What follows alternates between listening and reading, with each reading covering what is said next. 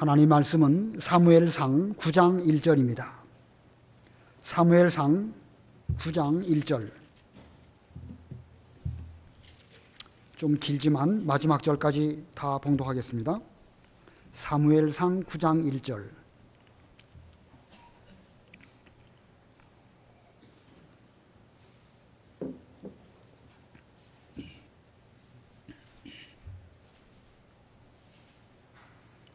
베냐민 지파에 한 유력한 사람이 있었는데 그의 이름은 기스였으며 그는 아비엘의 아들이고 스롤의 손자이며 베고랏의 증손이고 아비야의 현손으로서 베냐민 사람이었다.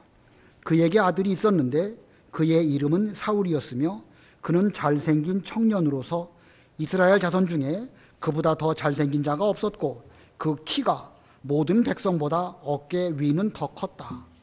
사울의 아버지 기스가 암나귀들을 잃고 그의 아들 사울에게 말하기를 종들 중 몇 명을 데리고 가서 암나귀들을 찾아라 하므로 그가 에브라임 산지와 살리사 땅으로 두루 다녔지만 찾지 못했고 사알림 땅으로 두루 다녔으나 없었으며 베냐민 땅도 두루 다녔으나 찾지 못했다. 그들이 숲 땅에 도착했을 때 사울이 그와 함께 있는 종에게 말하기를 돌아가자. 내 아버지가 암나귀들보다 오히려 우리를 걱정하실까 염려된다라고 하니 종이 그에게 말하기를 보십시오. 이 성읍에 하나님의 사람이 있는데 그 사람은 존경을 받는 분이며 그가 말한 것은 무엇이든지 다 이루어집니다. 이제 그곳으로 가봅시다. 혹시 그가 우리에게 우리가 가야 할 길을 알려줄지도 모릅니다 라고 하였다. 사울이 자기 종에게 말하기를 보아라, 우리가 가면 그 사람에게 무엇을 드리겠느냐? 우리 그릇에 빵이 다 떨어졌으니 하나님의 사람에게 드릴 예물이 없구나. 우리에게 무엇이 있느냐 하니 그 종이 다시 사울에게 대답하기를 보십시오. 제 손에 은 4분의 1 세겔이 있으니 제가 하나님의 사람에게 드리고 우리의 길을 가르쳐 달라고 하겠습니다 라고 하였다. 옛날 이스라엘에서 사람들이 하나님께 가서 물으려 할 때에는 선견자에게 가자라고 하였으니 오늘의 선지자가 옛날에는 선견자로 불렸다. 사울이 자기 종에게 말하기를 내 말이 좋다, 가자 하고 그들이 하나님의 사람이 있는 그 성읍으로 갔다. 11절. 그들이 그 성읍으로 가는 언덕으로 올라가다가 물길로 나오는 젊은 여자들을 만나 그들에게 묻기를 여기에 선견자가 계십니까? 라고 하니 그 여자들이 그들에게 대답하여 말하였다. 계십니다. 보십시오. 그분께서 당신들 앞에 가셨으니 이제 서두르십시오. 오늘 백성이 산당에서 제사를 드리기 때문에 그분께서 성읍에 오셨습니다. 당신들이 그 성읍에 들어가면 그분께서 식사하러 산당에 올라가기 전에 곧 만날 수 있을 것입니다. 그분이 오기 전에는 백성이 먹지 않으니 이는 그분이 제물을 축복한 후에야 초대받은 사람들이 먹기 때문입니다. 그러므로 지금 올라가면 바로 그분을 만날 것입니다. 그들이 그 성읍으로 올라가 성 안으로 들어가는데 마침 사무엘이 산당에 올라가기 위해 나오다가 그들과 맞으셨다. 사울이 오기 하루 전 여호와께서 사무엘의 귀를 열어 말씀하시기를 내일 이맘때에 내가 베냐민 땅에서 한 사람을 내게 보내겠으니 너는 그에게 기름을 부어 내 백성 이스라엘의 주권자가 되게 하여라. 그가 내 백성을 블레셋 사람들의 손에서 구원할 것이다. 그들의 부르짖음이 내게 이르렀으므로 내가 내 백성을 돌아보았다 하셨는데 사무엘이 사울을 보자 여호와께서 그에게 말씀하시기를 보아라, 이는 내가 너에게 말했던 사람이니 그가 내 백성을 관할할 것이다 라고 하셨다. 사울이 성문 앞 가운데 있는 사무엘에게 다가가서 말하기를 선견자의 집이 어디 있는지 제게 가르쳐 주십시오 라고 하니 사무엘이 사울에게 대답하여 말하였다. 내가 바로 그 선견자니 나보다 먼저 산당으로 올라가시오. 당신들이 오늘 나와 함께 음식을 먹을 것이며 아침에 내가 당신을 보내며 당신 마음에 있는 모든 것을 당신에게 알려주겠소. 사흘 전에 잃은 당신의 암나귀들에 대해서는 조금도 마음 쓰지 마시오. 이미 찾았기 때문이요. 온 이스라엘에 사모하는 자가 누구요? 당신과 당신 아버지의 온 집이 아니요. 사울이 대답하여 말하기를 저는 이스라엘 지파 중에서 가장 작은 베냐민 사람이 아닙니까? 제 족속은 베냐민 지파의 모든 족속 중에서 가장 보잘것없지 않습니까? 어찌하여 제게 이같이 말씀하십니까? 라고 하였다. 22절, 사무엘이 사울과 그의 종을 데리고 큰 방으로 들어가서 초대받은 사람들 중에서 상석에 앉게 하였는데 그들은 약 30명 정도였다. 사무엘이 요리사에게 말하기를 내가 네게 주며 잘 간수하라고 하였던 그 부분을 가져오너라 하자 요리사가 넓적다리와 거기에 붙어 있는 것을 가져와 사울 앞에 놓았다. 사무엘이 말하기를 보시오, 따로 남겨둔 것이니 당신 앞에 놓고 드시오. 이것은 내가 백성을 초대하겠소라고 말한 이후로 이때까지 당신을 위해 보관해 온 것이요 라고 하였다. 그날 사울이 사무엘과 함께 먹었다. 그들이 산당에서 성읍으로 내려온 후 사무엘이 사울과 함께 지붕 위에서 말하였다. 그들이 일찍 일어나니 동틀 무렵이었다. 사무엘이 지붕에서 사울을 불러 말하기를 일어나시오, 내가 당신을 보내겠소라고 하므로 사울이 일어나자 사무엘과 사울 두 사람이 밖으로 나갔다. 그들이 성읍 끝까지 내려왔을 때 사무엘이 사울에게 말하기를 저 종은 우리보다 앞서 지나가도록 하시오 하므로 종이 앞서가니 당신은 잠깐 서시오, 내가 하나님의 말씀을 당신에게 들려주겠소라고 하였다. 거기까지 봉독했습니다.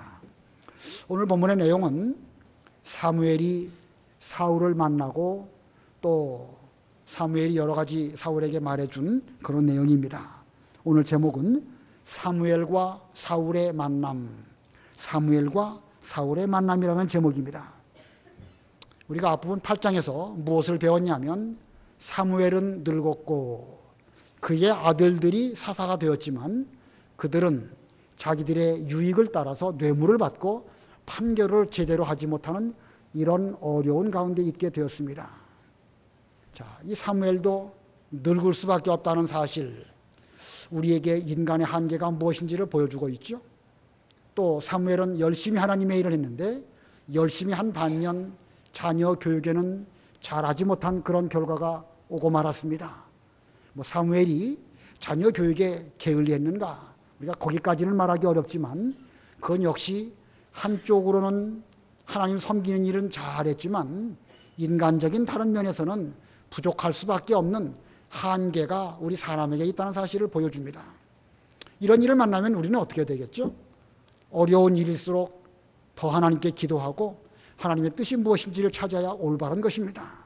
그러나 그 당시에 이스라엘 백성들은 하나님을 찾기보다는 우리에게도 왕을 세워주십시오 하면서 왕을 구했습니다. 오랜 기간 동안 이스라엘은 하나님이 직접 다스리시는 그런 신정 국가였습니다.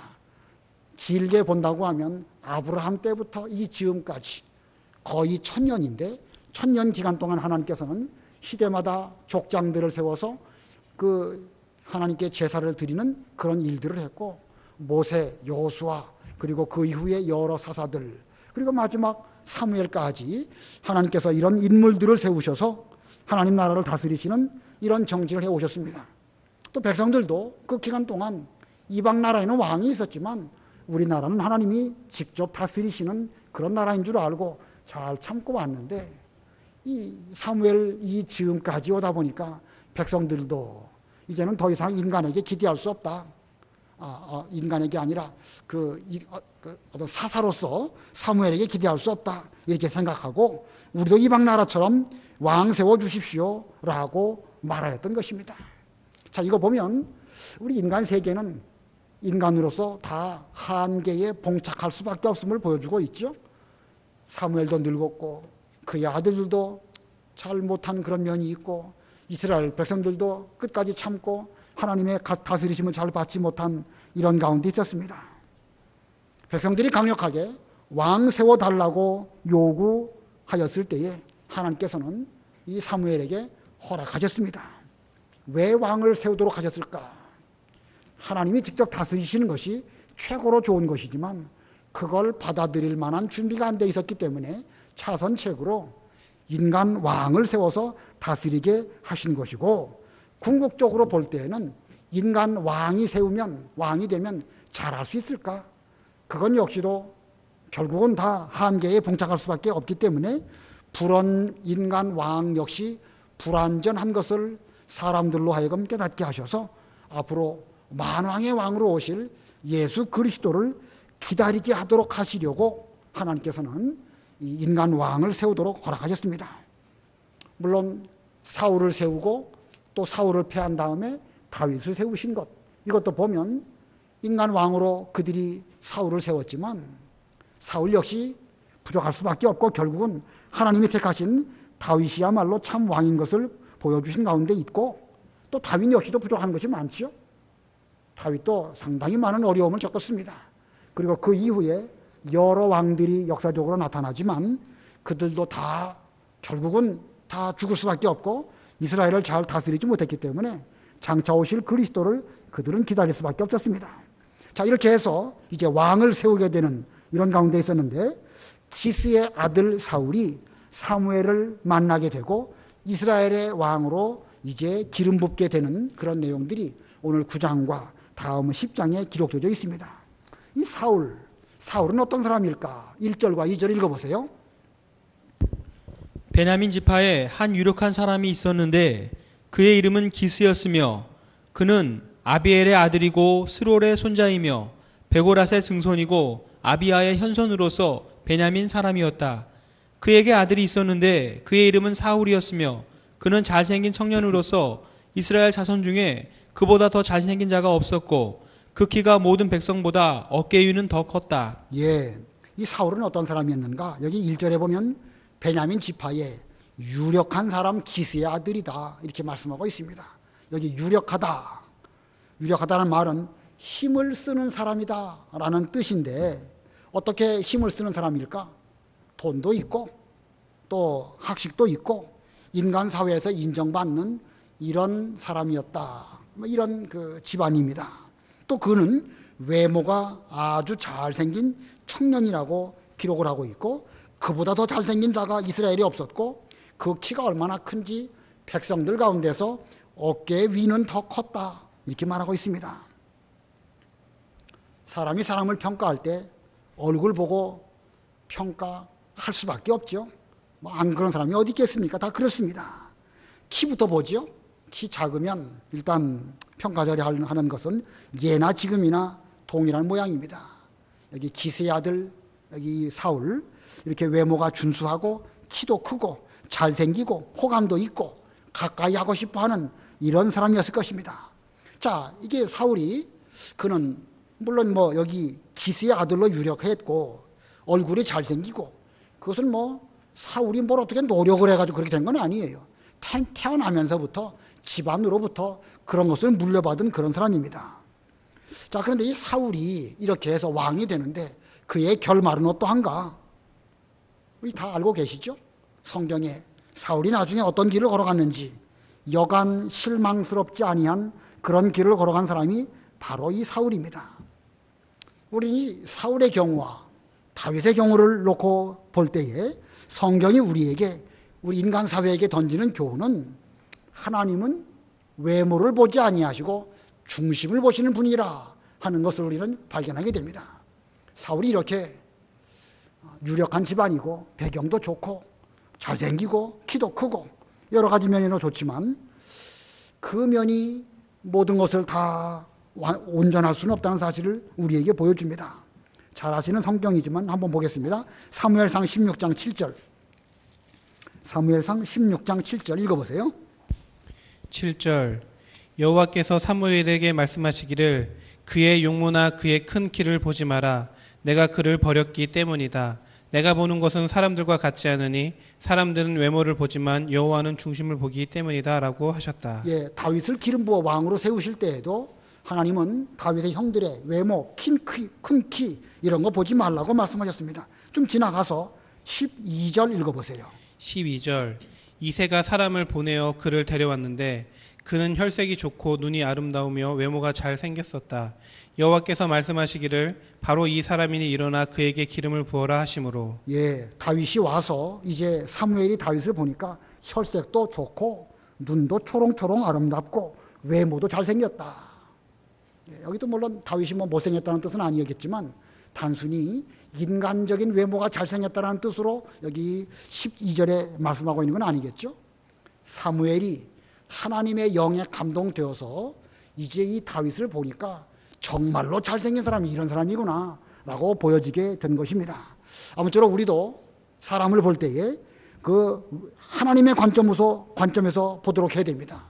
잘생긴 거, 외모 거기에 넘어가지 말고 진심으로 잘생긴 사람이 누구일까 하나님의 관점에서 봐야 됩니다. 그러나 이게 쉽지가 않습니다. 사람을 고를 때 어떻게 고르는 것이 좋을까? 저도 목사로서 우리 부교역자들을 선택할 때에 상당히 많이 고르는 편이라고 볼 수 있습니다. 그러나 사람이 볼 때에 윗사람으로서 보는 것 또는 부모가 자녀를 보는 것하고 그건 객관성이 없습니다. 윗사람에게 잘 보이려고 노력하는 사람이 있고 부모는 자기 자녀는 다 좋게 보이니까요. 사람을 객관적으로 보기 위해서는요, 그 동료들이 볼 때에 어떻게 보는가 하는 게 중요합니다. 저는 사람을 뽑으려고 할 때에 혹은 직장 생활에서 평가할 때 동료들의 평가 좀 중요하게 보려고 노력을 했고 우리 부교역자들을 뽑을 때에도 그런 면으로 특별히 많이 여러 사람들의 말을 들어봅니다. 신학교에서 이 기숙사에서 한 3년 동안 3년 아니라 한두 달만 생활해 보면은요 그 사람의 인품이 어떤지 거의 다 본질이 드러납니다. 자, 이게 그러나 그것만으로도 다 되는 게 아니죠. 어떤 극한 상황, 아까 그 한계를 말씀드렸는데 한계 상황에 가보아야 그 사람의 진가를 알 수가 있습니다. 그러나 이 사람의 그 진가를 우리가 사람의 눈으로 알아본다는 건 쉽지가 않습니다. 우리는 신앙적인 면을 먼저 보고 그 다음에 인품을 봐야 되겠는데 이게 신앙도 보기 어렵고 인품도 본다는 것이 쉽지가 않습니다. 어떤 목사님이 산에 가서 기도 많이 하시고 아침 일찍 내려와서 그 딸을 깨운 다음에 딸에게 말씀했답니다. 너 앞으로 시집갈 터인데 신랑감 고를 때에 그 신랑감의 신앙은 보지 말고 그 사람의 인격이 어떠한가 그걸 봐라. 그렇게 말했답니다. 잘 말한 것일까요? 잘못 말한 것일까요? 잘못 말한 것처럼 보입니까? 예. 그 의중을 알아들어야 되겠는데 신앙은 보지 말고라는 말은 신앙이라는 것은 우리 눈에 보이는 것이 아니니까 어떻게 우리가 그 신앙의 좋고 나쁜 것을 말할 수 있겠습니까? 인격을 보라는 것은 그 신앙이 생활 가운데에서 얼마만큼 만들어졌느냐 그 인격을 보아야 될 것이다 이런 뜻으로 말한 것입니다. 자, 겉으로 드러나는 신앙적인 외모 교회 와가지고 잘 믿는 것처럼 보여지는 그런 신앙 이거 우리가 함부로 잘못 평가했다가는 큰 코 다칠 수 있습니다. 얼마나 그 신앙이 인격화되어서 삶 가운데 나타나느냐 말씀대로 만들어졌느냐 그걸 볼 수 있는 그런 안목을 가지라고 아까 말씀드린 그 목사님께서 딸에게 그렇게 가르쳤다는 거예요. 그러니 이게 얼마나 어렵습니까? 신랑감 고르는 것도 그만큼 어렵고요. 교회에서 우리가 서로를 알아본다는 것도 쉽지가 않습니다. 오늘 본문에 이 사울이 나오고 사무엘이 나오는데 이 두 인물의 인격이 어떠한가 그걸 먼저 우리가 성경에서 찾아보고 궁극적으로 하나님은 어떤 사람을 쓰시는가 그런 면을 또 생각해 보고자 합니다. 자, 첫 번째로 사울의 인격입니다. 3절로 10절 사울의 인격. 이 본문의 시점에서 볼 때에 사울은 정말로 괜찮은 사람입니다. 어떤 면이 괜찮을까? 그는요 아주 성실한 사람입니다. 사울의 인격을 본문에서 네 가지로 정리한다고 하면 먼저는 성실한 사람이에요. 3절 4절 읽어보세요. 3절 사울의 아버지 기스가 암나기들을 잃고 그의 아들 사울에게 말하기를 종들 중 한 명을 데리고 가서 암나기들을 찾아라 하므로 그가 에브라임 산지와 살리사 땅으로 두루 다녔지만 찾지 못했고 사알렘 땅으로 두루 다녔으나 없었으며 베냐민 땅도 두루 다녔으나 찾지 못했다. 여기 두루 다녔다는 말이 세 번이나 나오죠. 아버지의 말에 순종해서 암나기를 찾으려고 두루 다녔습니다. 대략 그 거리로 보면 40km 이상 먼 그 길이었고 뒤에 가보면 나오지만 사흘 동안이나 그 암나기를 찾았습니다. 얼마나 성실한 그런 사울인가 하는 면을 보여줍니다. 두 번째, 그는 아버지의 마음을 잘 살펴서 효도하는 사람입니다. 아버지의 마음을 잘 살펴서 효도하는 사람. 자, 5절 읽어보세요. 5절 그들이 수읍 땅에 도착했을 때 사울이 그와 함께 있는 종에게 말하기를 돌아가자, 내 아버지가 암나귀들보다도 오히려 우리를 걱정하실까 염려된다 라고 하니. 예, 지금 앞부분에서 이 사울이 그 아버지 기스의 말을 순종해서 암나귀를 찾으려고 성실하게 다녔는데 나중에 가보니까 괜히 암나귀 찾는다고 해서 그 여기저기 다니다 보면 오히려 아버지가 나 때문에 더 염려하지 않을까 이런 생각이 들었습니다. 자, 얼마나 그 아버지를 염려하는 아들인지 잘 알 수 있죠? 아버지 마음을 헤아릴 수 있는 그런 마음가짐, 참 그 상대방을 잘 배려하는 진정으로 효도할 줄 아는 그런 사람입니다. 아마 부모의 마음을 헤아리는 것만큼 최고의 효도는 없지 않을까 생각이 듭니다. 사울은 인간적으로, 인격적으로 볼 때 그런 사람입니다. 아버지가 근심하지 않도록 해야 되겠다. 암나게 찾는 것보다 나를 염려하시면 더 아버지가 또 병나지 않겠는가 이런 생각을 했습니다. 그 다음에 세 번째 그의 인격은 어떤 사람이냐면 선지자를 대접할 줄 아는 사람입니다. 선지자를 대접할 줄 아는 사람. 6절로 7절 읽어보세요. 6절 종이 그에게 말하기를 보십시오. 이 성읍에 하나님의 사람이 있는데 그 사람은 존경을 받는 분이며 그가 말한 것은 무엇이든지 다 이루어집니다. 이제 그곳으로 가봅시다. 혹시 그가 우리에게 우리가 가야 할 길을 알려줄지도 모릅니다. 라고 하였다. 사울이 자기 종에게 말하기를 보아라. 우리가 가면 그 사람에게 무엇을 드리겠느냐. 우리 그릇에 빵이 다 떨어졌으니 하나님의 사람에게 드릴 예물이 없구나. 우리에게 무엇이 있느냐 하니. 예, 사울에게는 종이 있었는데 상당히 지혜로운 종이었고 또 사무엘이 존경받는 하나님의 사람인 줄을 알고 있었기 때문에 그 주인에게 우리가 아버지 집으로 빨리 가는 것도 중요하지만 한번 하나님의 사람을 찾아가 갖고 여쭤보는 게 어떻겠습니까? 라고 말했습니다.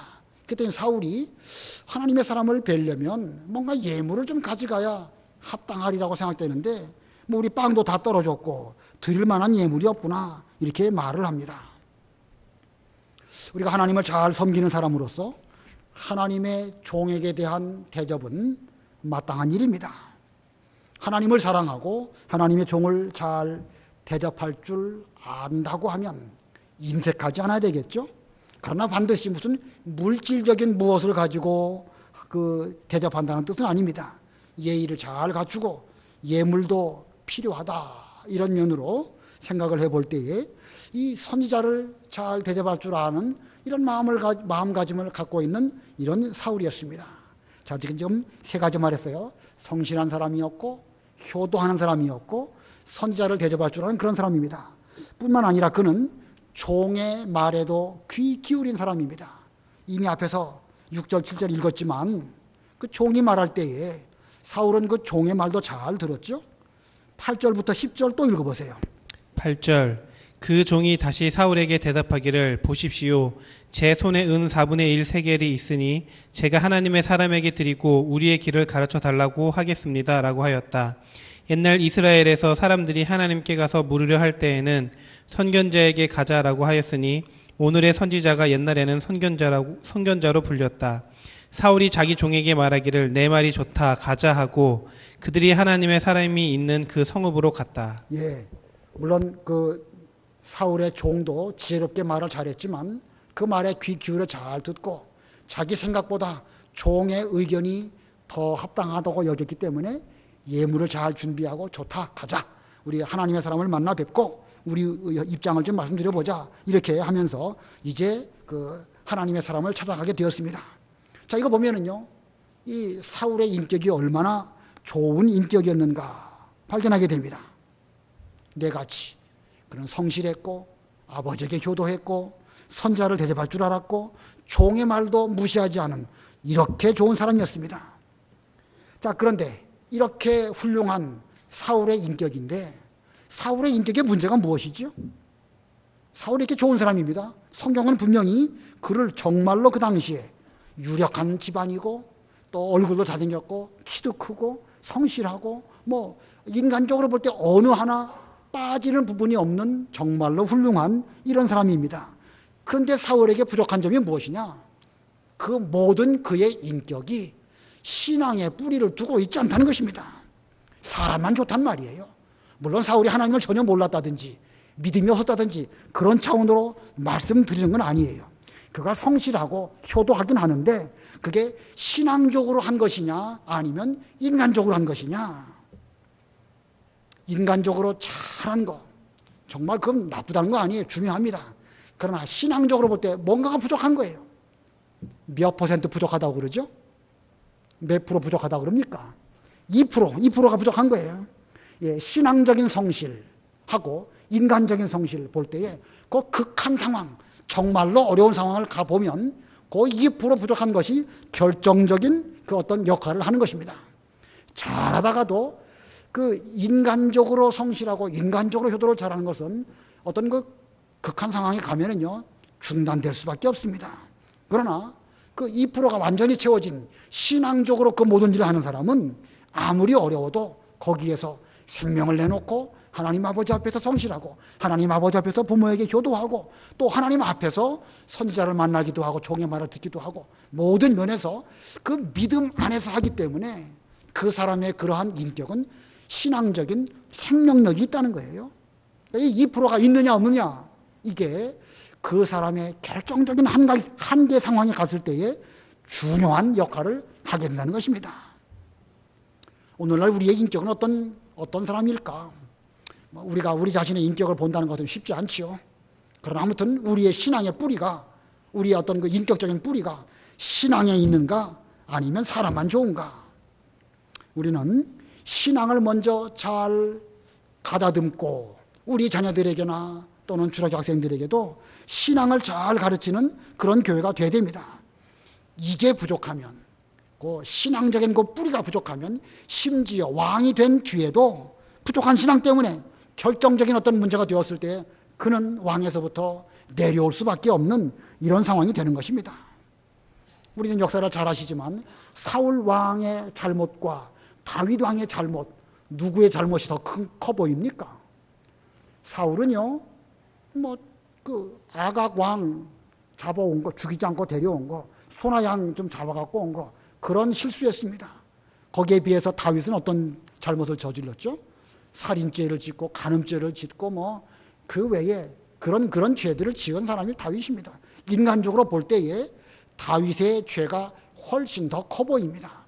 그러나 근원적으로 본다고 하면 다윗은 인간적인 면으로 죄를 지은 거라고 한다면 사울은 하나님께 대해서 불순종한 이런 죄를 저지르고 말았습니다.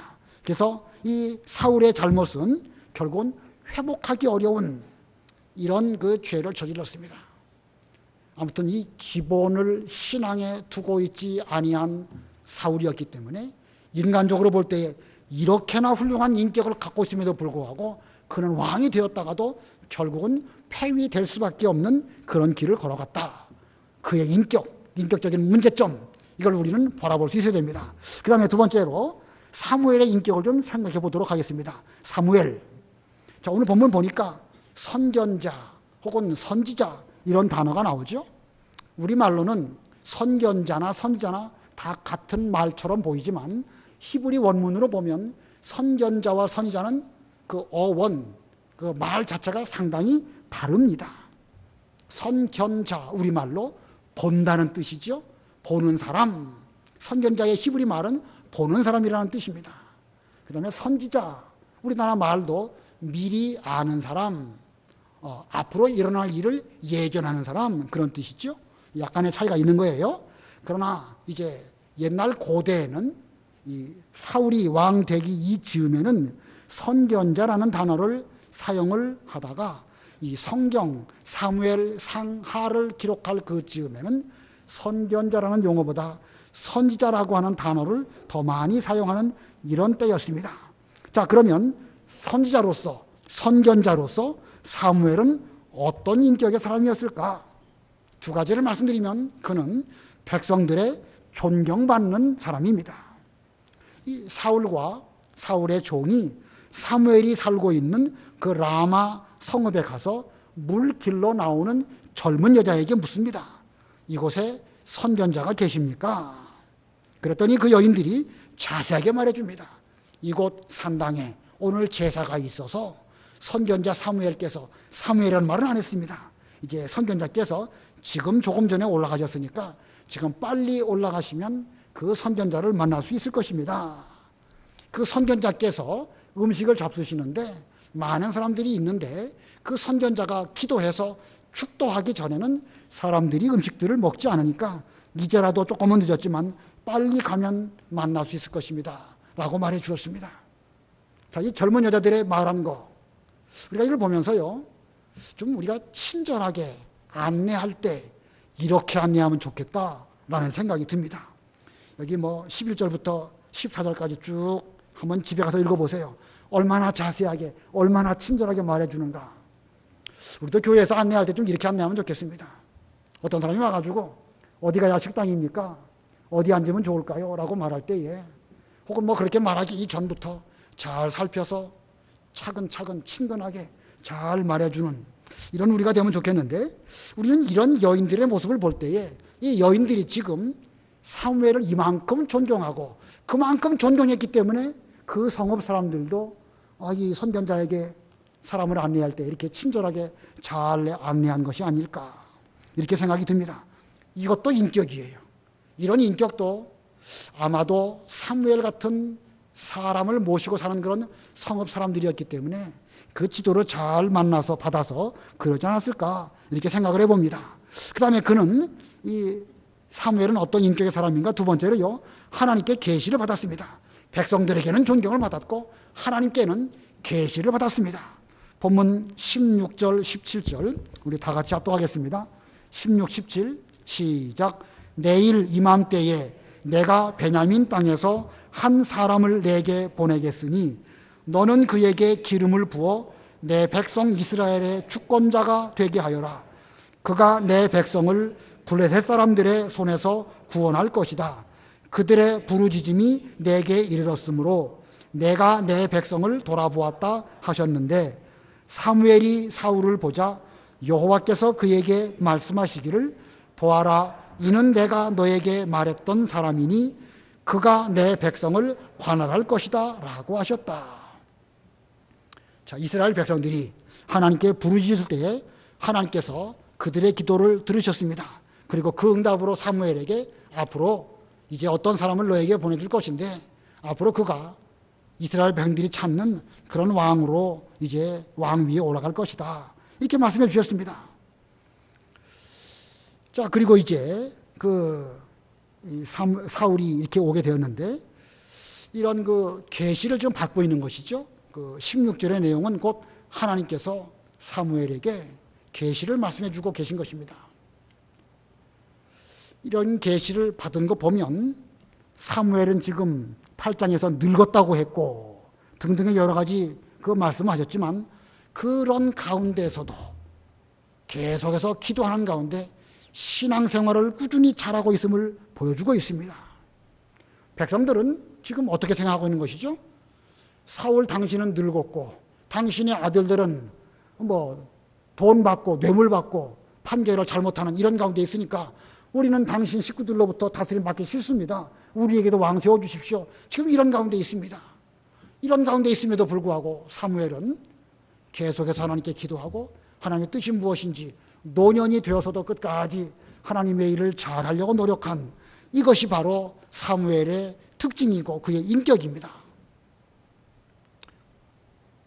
어쩌면 우리 같으면 이제 곧 왕이 세워지게 될 것이고 지금까지 사사가 다스렸던 이 시대에 대해서 나의 역할은 끝이 났구나, 더 이상 나는 할 것이 없다, 이런 생각이 들어가지고 사무엘 역시도 뭐 손 늘어뜨리고 이제는 뭐 더 이상 할 게 없다, 아주 그냥 자기 자리를 떠나가지고 딴 데로 가버릴 수도 있는 일입니다. 그러나 그러지 않았죠.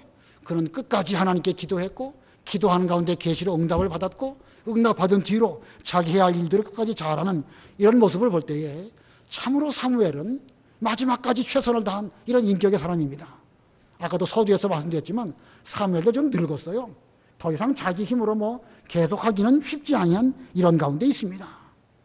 그러나 늙었다고 하더라도 사무엘이 계속해서 사울이 왕으로 있다가 이제 왕으로 패하는 어떤 그런 단계에서 다윗을 기름 붓고 하는 일들을 계속한 거 보면 나이 들었을지라도 하나님의 일을 그는 계속해서 하나님께서 잘 하실 수 있도록 그에게 길을 열어주셨습니다. 다만 제가 강조드리는 것은 사무엘은 나이가 들었음에도 불구하고 이스라엘 백성들이 지금 사무엘 말 잘 안 들으려고 하고 그 아들들의 그 어떤 그 사사로서의 통치를 받지 않으려고 하는 이런 가운데 있지만 그는 최선을 다해서 기도하고 하나님의 계시를 받아가지고 뜻을 이루어드리려고 노력한 이런 사람이라는 것입니다. 어디서 이런 힘이 나왔을까? 여러 가지 면에서 그 원인을 찾아볼 수 있겠지만 사무엘은 마지막 순간까지 하나님께 기도했기 때문에 계시를 응답으로 받았고 사울을 만나게 되었고 사울에게 기름을 붓는 이런 일이 일어나지 않았을까 생각이 듭니다. 여러분 그 사무엘의 기도라고 하는 그림 혹시 보신 적 있으신가요? 사무엘의 기도. 옛날 버스 타고 가다 보면 버스 안에 오늘도 무사히 하고 써놓으면서 어떤 사람이 그 손 모으고 눈 뜨고 있는 거 보신 적 있죠? 그게 사무엘의 기도라고 하는 제목의 그림입니다. 거의 지금부터 300년 전에 영국의 화가 이름이 레인놀드라고 하는 화가가 그린 그림이랍니다. 아마 그 화가도 사무엘 하면 기도하는 사람, 여호와 앞에서 자라나고 어릴 때부터 성전에서 생활을 하고 엘리 제사장에게는 계시가 없을 때에도 그에게는 계시가 있고 이렇게 기도할 뿐만 아니라 노인이 되어서까지도 계속 기도함으로 하나님의 계시를 잘 받은 이런 사람인 것을 그 그림으로 나타나기 위해서 그 작품을 그리지 않았을까. 자, 이 사무엘이 산당에서 제사 드리고 그 30명과 함께 음식을 먹는 그 모든 일들 그 젊은 여자들도 알았고 또 여러 사람들도 다 알았기 때문에 그 사무엘을 존경하는 마음으로 이 사울에게 잘 소개해주고 안내해 주었습니다. 지금 이쯤 이스라엘 백성들은 하나님을 찾고 의지하기보다는 왕을 찾는 가운데 있습니다. 그래서 하나님께서도 그들에게 왕을 세워 주어라 이렇게까지 말씀하셨습니다. 이러한 가운데서도 그는 끝까지 기도하고 끝까지 계시받는 일이 중단되지 않았습니다. 자기 본분의 마지막 순간까지 충성한 이런 사무엘입니다. 이런 사무엘의 충성된 면 어디서 나온 것이지요? 아까 사울의 인격은 좋은 인격인데 그의 인격의 문제는 뭐라고 그랬습니까? 신앙의 뿌리를 두고 있지 않기 때문에 문제가 있는 것입니다. 사울의 이와 같이 좋은 인격 어디에서 신앙의 뿌리를 두었기 때문에 무엇에 뿌리를 두었기 때문에 이런 인격이 나온 것입니까? 신앙의 뿌리를 두었기 때문에 그런 것입니다. 자, 사울의 인격과 사무엘의 인격 그 차이점은요 사무엘이 잘생겼다는 말은 성경에 없는 것 같아요. 그럼에도 불구하고 사무엘이 이렇게 귀하게 쓰임받은 것은 신앙의 뿌리를 두고 있는 인격이기 때문에 그런 것입니다. 자, 오늘날 우리들도 하나님 앞에서 신앙으로 하느냐 아니면 인간적으로 좋은 사람이냐 그것은 겉으로 볼 때는 다 좋은 것처럼 보여도요 궁극적인 상황, 한계 상황 더 이상 인간의 힘으로 할 수 없는 그런 상황이 되었을 때 드러나게 되는 것입니다. 우리 모두는 다 예수 믿는 하나님의 백성으로서 우리의 인격과 여러 가지 성실한 면이든지 이런 여러 가지 면을 신앙의 뿌리를 받고 어떤 어려운 일을 만나도 끝까지 자기 자리를 잘 지키는 이런 우리가 될 때에 이것을 우리는 신앙 인격이라 이렇게 말하는 것입니다. 오늘 날씨가 춥죠? 멀리서부터 오시려고 하면 정말 힘듭니다. 그래도 여러분들이 이렇게 오신 이유 무엇 때문에 오셨습니까? 하나님을 뵈러 가는 것이기 때문에 수요일인데 일생에 내가 한 번도 안 빠졌는데 이런 마음가짐으로 오신 분들이 여기 많이 계십니다. 정말로 귀하고 정말로 목사로서 감사드립니다. 아무쪼록 저도 여러분도 신앙에 뿌리를 두고 있는 그런 사람으로서 아무쪼록 우리의 인격은 하나님 앞에서 우리가 이 신앙적으로 모든 일을 잘 감당하는 이런 우리들이 되어야 되겠습니다. 그 다음에 세 번째로 또 살펴보겠습니다. 세 번째, 사울을 지도한 사무엘입니다. 사울을 지도한 사무엘. 자, 이 사울은 잃어버린 암나기를 찾으려고 하다가 결국 사무엘을 찾아가게 되었습니다. 또 사무엘은 이스라엘의 왕 될 자가 누구일까? 하나님께 기도하는 가운데에서 하나님께 계시를 받게 되었습니다. 모든 것이 우연이 된 것처럼 보이지만 하나님의 인도가 있었기 때문에 사울은 사무엘을 찾으러 갔게 되었고 또 사무엘은 하나님의 계시를 통해서 사울을 알아보게 되었습니다. 잠언 16장에 보면 마음의 경영은 사람에게 있어도 그의 걸음을 인도하시는 분은 여호와 하나님이시다 하였죠. 이렇게 해서 아무튼 사울과 사무엘의 만남이 이루어졌습니다. 이 사울을 본 사무엘은 이른 암나기는 이미 찾았으니까 걱정하지 말아라. 그러면서 이스라엘의 온 백성들이 지금 당신과 당신 집을 찾고 있지 않습니까? 라고 그렇게 말했습니다. 그랬더니 사울이 뭐라고 말했는가? 21절 읽어보세요. 21절 사울이 대답하여 말하기를 저는 이스라엘 지파 중에서 가장 작은 베냐민 사람이 아닙니까? 제 족속은 베냐민 지파의 모든 족속 중에서 가장 보잘것없지 않습니까? 어찌하여 제가 이같이 말씀하십니까? 라고 하였다. 예, 이 사울의 대답이 참 겸손합니다. 12지파 가운데 제일 막내 지파인 베냐민 지파 아닙니까? 그 베냐민 지파 가운데서도 저는 가장 보잘것없는 그런 그 집안 사람입니다. 분명 이 말은요, 그냥 입에 발린 그런 말은 아닐 것입니다. 진정한 인간적 인격에서 이렇게 겸손하게 말했을 것입니다. 자, 이러한 그 말을 할 때에 그래도 사무엘은 사울을 거기 모인 여러 사람들 가운데에서 상석에 앉게 하고 미리 준비해 두었던 귀중한 요리, 넓적다리를 그로 하여금 먹게 했습니다. 자, 지금의 자리, 곧 하나님께 제사를 드리는 산당이고 하나님께 제사를 드리고 그 참여한 모든 사람들과 함께 음식을 먹은 것을 볼 때에 하나님께 아마도 화목 제사를 드리고 그 음식을 함께 먹는 것이 아닐까 이렇게 생각이 듭니다. 자, 제사 음식을 거기 있는 여러 사람들과 함께 잘 나누고 이제 사무엘과 사울은 내려와서 이제 사무엘의 집으로 사울을 데리고 갑니다. 본문 25절 26절 읽어보세요. 25절 그들이 산당에서 성읍으로 내려온 후 사무엘이 사울과 함께 지붕 위에서 말하였다. 그들이 일찍 일어나니 동틀 무렵이었다. 사무엘이 지붕에서 사울을 불러 말하기를 일어나시오 내가 당신을 보내겠소라고 하므로 사울이 일어나자 사무엘과 사울 두 사람이 밖으로 나갔다. 예, 산당에서 음식을 잘 먹고 사무엘이 사울을 데리고 자기 집으로 와서 그 지붕 위에서 말하였다 그랬죠? 말하였다. 무슨 말을 했을까? 그냥 말하였다라고 기록하고 있습니다. 무슨 말을 했을까요? 역사적으로 볼 때에 지금까지 사서로서 사무엘이 그 이스라엘을 잘 다스렸는데 이제 곧 이스라엘의 그 왕으로 사울이 세워질 것을 알고 있습니다. 이 사무엘은 이스라엘을 지도한 사사로서 혹은 그 전임자로서 사울에게 여러 가지 이스라엘을 다스려야 할 그 일들을 미리 지도하지 않았을까 그런 생각이 듭니다. 하여튼 분명하게는 본문에 나와 있지 않지만 이스라엘을 신앙적으로 잘 지도하는 그 면을 말해주기 위해서 선배로서 혹은 전임자로서 사울에게 요긴하고 중요한 말들을 잘 말해주었을 것입니다. 사울이 그 말들을 잘 들었는지 또는 자기가 왕 될 것을 아마도 이 시점까지는 깨닫지 못하는 가운데서 아무튼 듣기는 들었을 것입니다. 이 하나님의 일을 함에 있어서 전임자가 후임자에게 잘 말해주는 거 대단히 중요합니다. 단순하게 업무적인 인수인계가 아니라 하나님 아버지 앞에서 어떻게 그 일을 잘 감당해야 되는 것인지를 말해주는 거 대단히 중요해요. 중고등부 학생들 시간 지나면 이제 한 학년 올라가고 학생들이 내 다음에 누가 우리 중고등부에 내 다음에 계대를 이어서 일을 할 사람이 나올까? 좀 그런 가운데에서 잘 후배를 길러주는 거 한 교회의 전통입니다. 전도회도 그렇고요. 교회의 장로님들도 그렇고요. 교회의 목사도 역시 마찬가지입니다. 전임자가 후임자에게 잘 지도해주고 또 잘 배우고 이것이 교회의 전통입니다. 이게 단절되면 아무리 그 이전에 잘했다 할지라도 후임자가 잘 못할 수밖에 없습니다.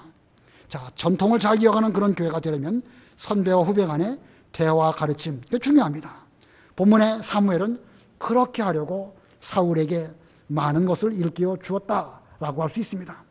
물론 이 사울의 경우는 그것을 잘 받아들여서 왕 자리를 잘 지키지는 못했다 할지라도 사무엘은 최선을 다해서 가르치려고 했고 그런 가운데에서 나중에 다윗이라고 하는 인물이 또 왕으로 세워지게 된 것입니다. 자, 오늘 이 사무엘과 사울의 만남, 하나님의 섭리 속에서 이루어졌습니다. 그런데 여기서 우리는 두 사람의 인격을 살펴보았습니다. 사울이라는 사람 인간적으로 너무너무 훌륭하고 거의 완벽하다고 할 수 있지만 그 인격의 뿌리를 신앙에 두고 있지 않기 때문에 어떤 한계 상황, 극단적인 상황 갔을 때에 그는 하나님을 배반하고 자기 길로 가고 말았습니다. 사무엘이라고 하는 인격, 아주 훌륭하고 어릴 때부터 기도하는 것이 일평생 그의 습관이 되고 일평생 인격이 되었기 때문에 노년이 되어서 이스라엘 백성들이 이제는 사무엘이나 사사를 받아들이지 아니하고 왕을 찾는 이런 시대에도 마지막까지 기도하고 마지막까지 자기 본분을 잘 감당함으로 하나님과의 교통, 계시 이제 끊어지지 않았습니다. 엘리는 늙어서 말씀도 희귀하고 계시도 없는 그런 일을 만났지만 거기에 비교해보면 사무엘은 전혀 다릅니다. 이런 인격의 차이가 어디에 있는가? 오늘 강조해서 말씀드렸으니까 잘 마음에 새겨주시기를 바라고, 우리의 인격이 그래야 됩니다. 사무엘과 같이. 그런 가운데서 우리가 뭐 세상에 무슨 왕이 되거나 대통령이 되거나 그런 것은 어려울지 몰라도 우리가 그런 인격을 잘 함양한다고 하면 우리를 통해서 대통령도 나올 수 있고 훌륭한 인물도 얼마든지 나올 수 있습니다. 다니엘 같은 그런 인물, 느헤미야 같은 그런 인물, 우리도 얼마든지 길러낼 수 있고 왕을 세우기도 하고 패하기도 하는 그런 하나님의 사람이 될 수 있습니다. 신앙에 뿌리를 두고 있다고 하면 할 수 있다는 생각 하시기를 바라고, 힘들고 어려운 가운데서도 그런 인격으로 아무쪼록 신앙생활을 부지런히 하시는 저도 그렇게 되기를 바라고 여러분도 다 그렇게 되시기를 바랍니다. 기도하겠습니다.